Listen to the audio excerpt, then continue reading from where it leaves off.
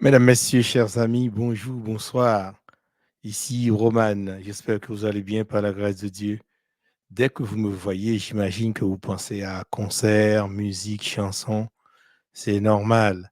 Mais pour aujourd'hui, je vous propose autre chose.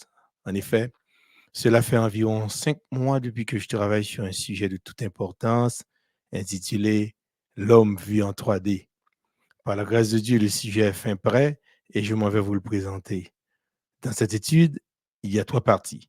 Vous allez voir la première partie aujourd'hui et les autres parties suivront. Alors, bon visionnement.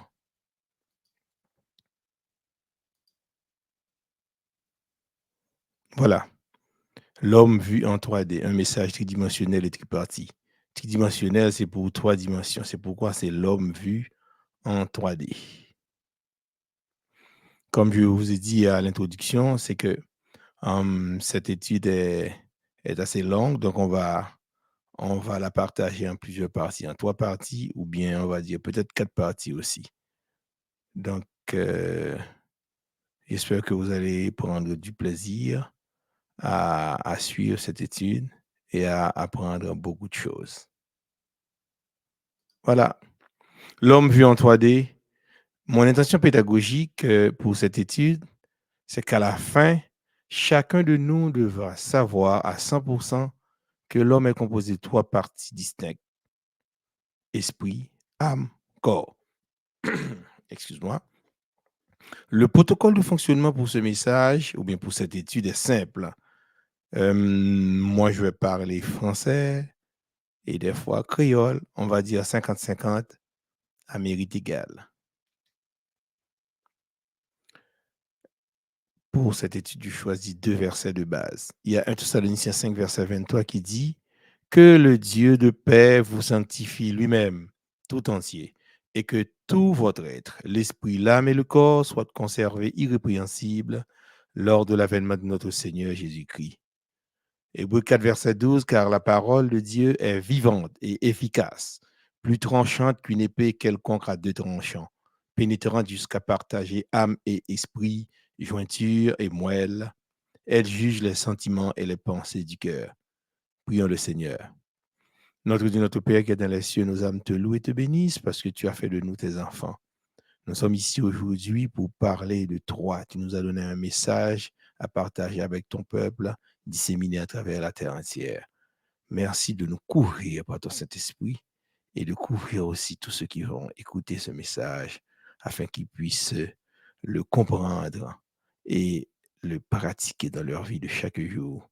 Tandis que tu reviens bientôt, donne-nous les ailes de l'Évangile et que nous puissions annoncer à toute la terre qu'ils aient à se repentir parce que tu reviens bientôt. Nous te prions au nom de Jésus. À toi, Père, la gloire, la puissance dès maintenant, au siècle des siècles. Amen. Nous disons Amen, Amen, Amen.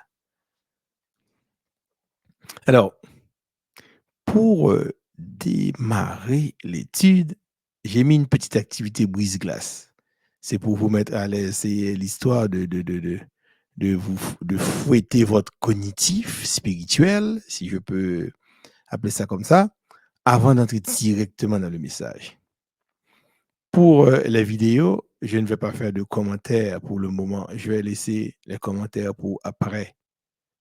Mais là, au moment où vous allez regarder ces petites vidéos, vous allez apprendre des choses aussi. Donc, vous allez garder ça en mémoire et puis, à un certain moment, on va revenir. Alors, si vous êtes prêts, on commence tout de suite avec la première vidéo. Bon visionnement. Mais quel est le véritable degré d'intelligence de ces oiseaux? Nous allons filmer une expérience totalement inédite pour voir si l'animal est capable de gérer un degré de complexité encore supérieur. On va voir si ce corbeau sait élaborer une stratégie en 3 points. Remonter la ficelle pour récupérer le petit bâton, s'en servir pour attraper le grand bâton et atteindre la nourriture. D'un point de vue expérimental, ça va être fascinant de voir s'il va y arriver. J'espère que oui, mais il est possible aussi que les actions soient trop éloignées et qu'il n'arrive pas à faire le lien entre la ficelle et la nourriture, ou qu'il perde de vue son objectif une fois qu'il aura attrapé la ficelle. Je suis vraiment curieux de voir ce qui va se passer. C'est la première fois que cette expérience est tentée et nos caméras sont là pour immortaliser cet instant.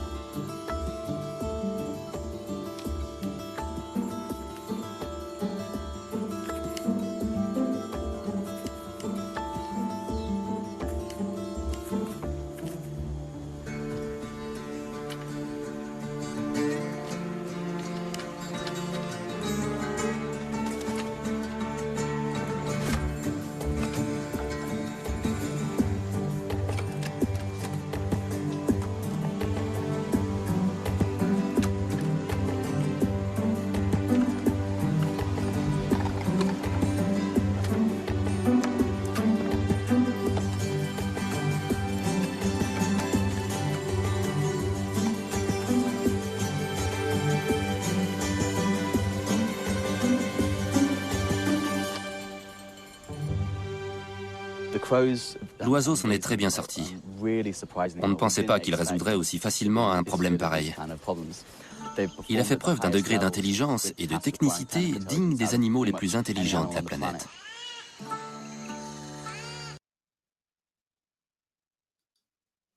Voilà, c'était la première vidéo. Voici la deuxième. Le roi de la vitesse s'apprête à frapper de plein fouet l'un de ses pigeons. Le faucon pèlerin chasse les pigeons de deux manières. La première méthode consiste purement et simplement à les poursuivre.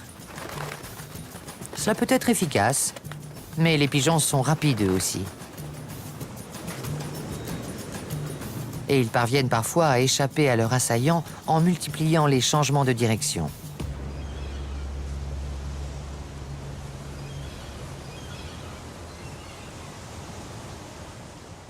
En pareil cas, le chasseur peut passer au plan B et opter pour la méthode numéro 2.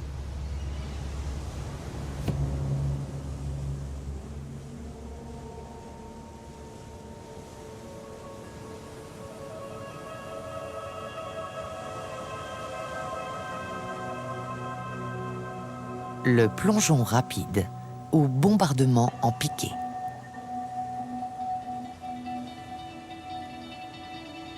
L'attaque commence lentement, puis s'accélère peu à peu. Les ailes rentrées, le faucon avoisine les 320 km/h.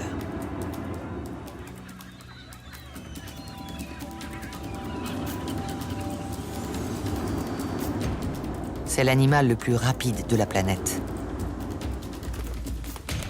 Face à ce bolide, le pigeon est sans défense.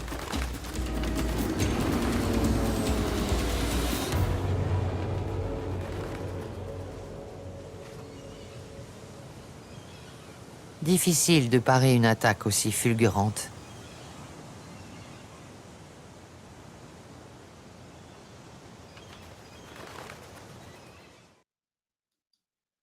Et voilà. Donc, on va assister maintenant à la troisième et la dernière vidéo.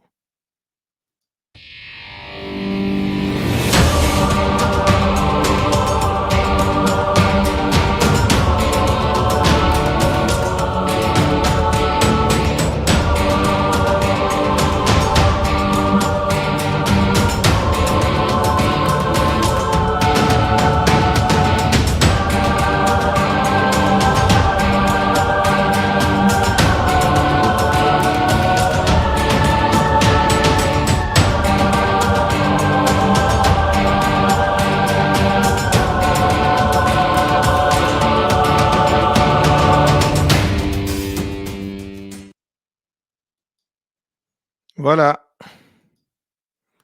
Donc, comme je vous ai dit tantôt, on va revenir sur ces vidéos-là à un certain moment. Et maintenant, on continue avec le message. L'homme vu en 3D. En introduction à ce message, on va lire le texte de Genèse 2, verset 7. La Bible déclare que Dieu forma l'homme de la poussière de la terre. Il souffla dans ses narines un souffle de vie et l'homme est devenu un être vivant. À partir de cette déclaration, on peut dégager le plus simplement du monde l'équation mathématique suivante, à savoir souffle de vie plus poussière de la terre, ça fait être vivant. Tout le monde est d'accord avec ça, c'est assez simple. Alors la version d'Arby, c'est une autre version de Bible qui dit âme vivante au lieu de, dire être vivant. Mais au fond, c'est la même chose. Être vivant, âme vivante, souffle de vie plus poussière de la terre. Maintenant, ce verset nous permet de comprendre que dans l'homme, il y a deux dimensions. Évidemment, souffle de vie plus poussière de la terre. Mais suivez-moi bien, chers amis. Vous allez voir, la Bible va continuer. On va continuer à explorer la parole. Par ailleurs, quand on considère le verset de 1 Thessaloniciens 5, verset 23, et que dit ce texte-là? Que le Dieu de paix vous sanctifie lui-même tout entier, et que tout votre être, l'esprit, l'âme et le corps soient conservés irrépréhensibles lors de l'avènement de notre Seigneur Jésus-Christ. Maintenant, ce verset vient d'apporter une précision quant aux différentes dimensions qui existent dans l'homme. Je ne sais pas si vous êtes d'accord avec moi, parce que ça dit l'esprit, l'âme et le corps. Nous avons maintenant deux équations mathématiques. Regarde, la première équation, c'est dans Genèse 2, verset 7. L'être vivant, ou bien âme vivante, c'est souffle de vie plus poussière de la terre. Maintenant, la nouvelle équation, c'est l'esprit plus l'âme plus le corps. Donc, on a trois dimensions. C'est ces trois dimensions qu'on va développer, l'esprit, l'âme et le corps, durant cette étude. Alors, la question qu'on pourrait se poser, quel est l'intérêt d'insister sur ces trois dimensions de l'homme? Pour que ça, on doit insister sur ça. Qu'est-ce qu'il y a de si important dans cette dimension-là? L'importance d'insister sur ces trois dimensions de l'homme réside dans le fait que Dieu, en tant qu'esprit, ne nous parle pas en utilisant les trois dimensions de l'homme. C'est-à-dire, quand Dieu nous parle, il ne va pas utiliser comme, je dis, le corps, à la fois l'âme, à la fois l'esprit. Non, Dieu choisit une seule dimension pour communiquer avec les êtres humains. Jean 4, 24 dit, Dieu est esprit. Dieu n'est pas chair, Dieu est esprit. Il faut que ceux qui l'adorent, l'adorent en esprit et en vérité. Donc, à ce moment-là, on doit comprendre qu'il est fondamental pour chacun de savoir le rôle et l'importance de chacune des dimensions de l'homme et quelle est la dimension que Dieu utilise comme vecteur, directeur ou bien vecteur unique pour nous parler. Et cela nous permettra du coup aussi de savoir ou bien de nous questionner sur quatre choses en particulier. Ce qu'est chacune des trois dimensions. Deuxièmement, le rôle de chacune des dimensions. Troisième chose, est-ce qu'il y a une dimension plus importante parmi les trois? Quatrième chose, l'incidence sur notre vie éternelle de l'importance accordée à l'une ou à l'autre des trois dimensions de l'homme. C'est autant de questions qu'on peut se poser. Et durant cette étude, on va répondre à toutes ces questions-là. Voilà, la première dimension, c'est notre dimension pour aujourd'hui. C'est ça qu'on étudie. Cette dimension, c'est l'esprit. Alors, préparez-vous à bien comprendre toutes les explications qui seront données. Dans l'Ancien Testament, comment on traduit le mot esprit? Le mot esprit se traduit en hébreu par rouach. Ça signifie esprit de Dieu, une énergie de vie, souffle de l'air, comme un don offert par Dieu à l'homme. Job 32, verset 8 dit, mais en réalité, dans l'homme, c'est l'esprit, le souffle du Tout-Puissant qui donne l'intelligence. Dans le psaume 31, verset 5, je remets mon esprit entre tes mains, tu me délivreras, Éternel, Dieu de vérité. Job 33, verset 4, l'Esprit de Dieu m'a créé et le souffle du Tout-Puissant m'anime. Dans le Nouveau Testament, il y a un autre mot qui traduit le même mot esprit, mais c'est une autre langue. Cette fois-ci, c'est le grec. Le mot hébreu est traduit en grec par pneuma. Et en pile monde, beaucoup de personnes, quand ils vont voir le mot pneuma, ben, ils vont penser à quelques autres mots. Par exemple, il y a une stratégie en lecture qui s'appelle le petit mot dans le grand mot. Ça, c'est pour ceux qui sont au primaire ou au secondaire aussi, des stratégies de lecture. Eh ben, pneuma, là-dedans, on voit le mot pneu. Pneu, ben, vous avez déjà entendu parler de pneus. C'est ça, nous, relais dans le langage par nous, caoutchouc, qui vous fait machine yo rouler. C'est ça qui roule en bas machine yo. À ce moment-là, pneu, pourquoi on l'appelle comme ça? C'est parce que ça a un lien avec de l'air, pneuma, la disposition ou influence qui remplit et gouverne l'âme de chacun.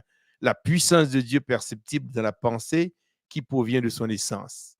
Souffle des narines ou de la bouche. C'est là que vient pneuma.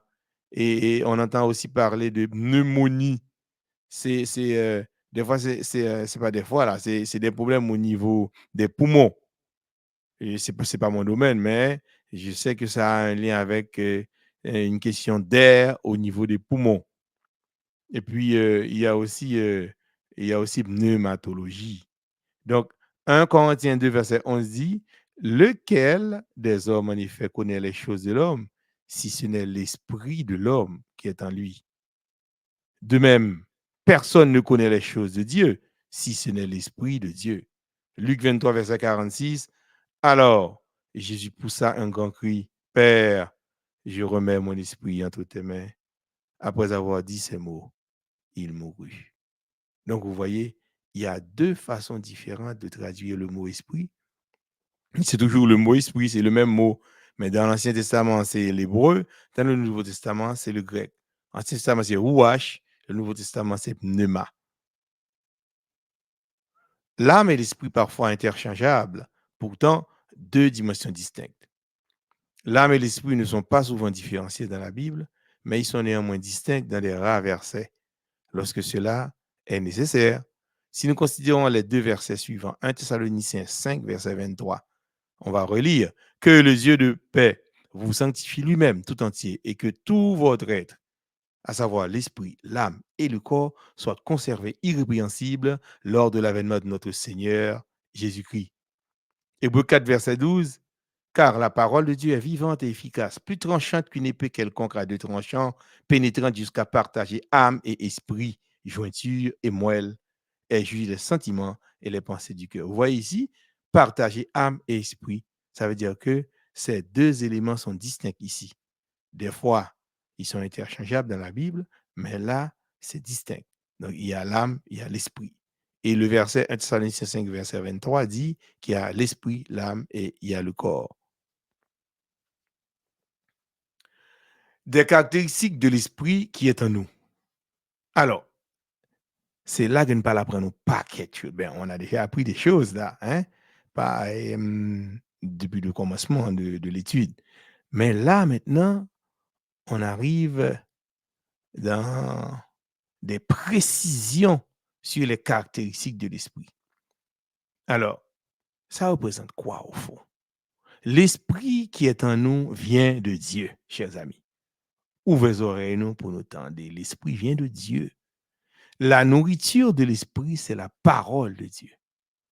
Ça veut dire, si tu veux être rempli du Saint-Esprit, tu n'as pas d'autre choix que d'étudier de façon assidue la parole de Dieu. Quand tu es né de nouveau, l'Esprit de Dieu se déverse dans ton esprit. Ton esprit est saint. Mais oui, parce que c'est une partie de Dieu. 1 Jean 4, verset 13 dit, voici comment nous savons que nous demeurons en lui et qu'il demeure en nous. C'est par son esprit qu'il nous a donné. Tu es juste, car l'Esprit de Dieu est en toi. La partie en toi qui est juste, c'est l'esprit. Ce que tu es vraiment, tu es esprit.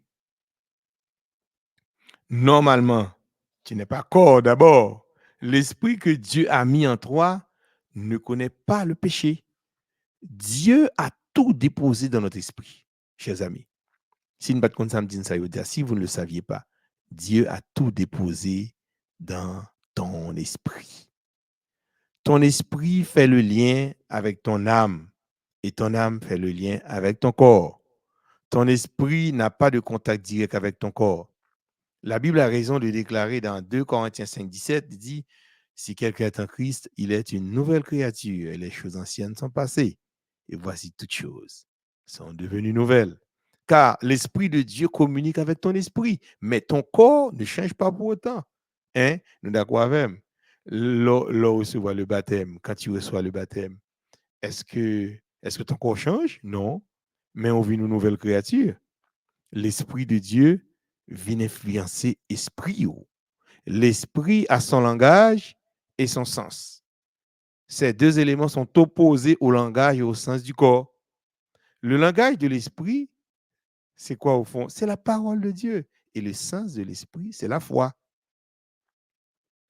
C'est avec la foi que l'esprit travaille. Hébreux 10, 38, le juste vivra par la foi. Et la partie juste en toi, c'est l'Esprit de Dieu qui est en toi. C'est l'Esprit que Dieu a insufflé en toi. En réalité, ce verset veut dire l'Esprit vivra par la foi. Parce que la partie Esprit qui est en toi est juste. Donc, si on remplace juste par l'Esprit, ça veut dire l'Esprit en toi est juste. Donc, ça veut dire l'Esprit vivra par la foi. Ce n'est pas la partie physique, ce n'est pas ton corps qui est juste. Maintenant, loin de là, ce n'est pas ton corps, c'est juste ton esprit. Les amis, ici, dans ce tableau-là, dans ce graphique, il y a un résumé des caractéristiques de l'esprit. Et ça, c'est extrêmement important pour bien comprendre ça. Le sens de l'esprit, c'est la foi. Le sens, c'est comme pour les mathématiciens, c'est un vecteur directeur. C'est sur ça que l'esprit s'appuie pour se manifester, pour faire cette démonstration. C'est par la foi. L'esprit fait sa démonstration par la foi. Donc, Hébreux 10, 38, le juste vivra par la foi. Ou pas l'autre façon pour juste à vivre, c'est par la foi. Et très bientôt, lorsque la terre est pour le tête en bas pour le vrai, là. Donc, si tu n'as pas la foi, pose-toi la question, comment tu vas faire pour vivre? Et si tu veux avoir la foi, il faut consommer la nourriture de la foi. Quelle est la nourriture de la foi? Mais c'est la parole de Dieu. Il faut consommer la parole de Dieu à outrance. Ça veut dire jour, soir, nuit. Une partie de Dieu en toi. Mais l'Esprit de Dieu est une partie de Dieu en toi. 1 Jean 4, verset 13. On l'a vu dans l'autre slide. Pas de péché dans l'esprit. C'est pourquoi on dit qu'il y a une partie en toi qui est juste. C'est l'esprit que Dieu a insufflé en toi. Il n'y a pas de péché dans cette partie-là de toi.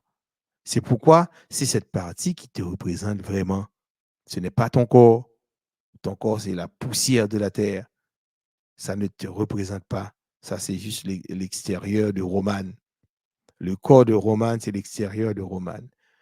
Le corps de Gath, c'est l'extérieur de Gath. Mais le vrai Gath, c'est le Gath esprit. La vraie Andy, c'est Andy esprit. La vraie Marie-Sainte, c'est Marie-Sainte esprit. Est-ce que vous comprenez? La seule nourriture de l'esprit, c'est la parole de Dieu. Jean 4, verset 24. La seule nourriture de l'esprit, c'est la parole de Dieu. Le domaine naturel et le domaine spirituel. Quand on parle de l'esprit, on est dans le domaine spirituel. Donc, le vrai Roman, c'est Roman esprit. Ça veut dire quoi au fond? Ça veut dire que le vrai domaine du chrétien ou du juste, c'est le spirituel. Nous-mêmes, nous ne sommes pas supposés atterrir sous matériel là comme ça. Parce que le vrai domaine, nous, c'est spirituel. La preuve, c'est que la foi est du domaine surnaturel. La foi vient du ciel. La foi est spirituelle. Parce que la foi vient de la parole. Le juste vivra par sa foi. Et la foi vient de ce qu'on entend, et ce qu'on entend vient de la parole. Romains 1er, verset 17. Le juste vivra par sa foi. Dans le domaine naturel, par exemple, pour parler dans le monde physique, eh ben, ou utiliser bouche, tu utilises ta bouche pour parler. Mais dans le monde spirituel, c'est pas ta bouche. Tu ne parles pas avec ta bouche. Tu as besoin de la foi pour t'exprimer. Pour entendre dans le monde physique, ou utiliser les oreilles, ou tu utilises tes oreilles. Mais pour entendre dans le monde spirituel, tu as besoin de la foi. Encore. Pour regarder physiquement, tu as besoin des yeux. C'est pourquoi on parle des yeux de la foi. Il faut avoir, le chrétien doit avoir les yeux de la foi. Parce qu'il y a des choses à voir, l'autre monde pas pour. C'est pourquoi, par exemple, quand tu parles de ta guérison, tu dois être guéri d'abord spirituellement. Tu dois voir cette guérison avant que ça se manifeste physiquement pour que tout le monde voie, pour que tout le monde puisse voir la guérison. Mais toi, par la foi, en tant que chrétien qui vit dans le monde spirituel, tu as déjà vu ta guérison. Donc, pour regarder les yeux dans le monde naturel, mais pour regarder dans le monde spirituel, tu as besoin quoi? De la foi. Donc, tu vois, la partie esprit s'arrête là. J'espère que vous avez bien compris cette partie et que l'esprit,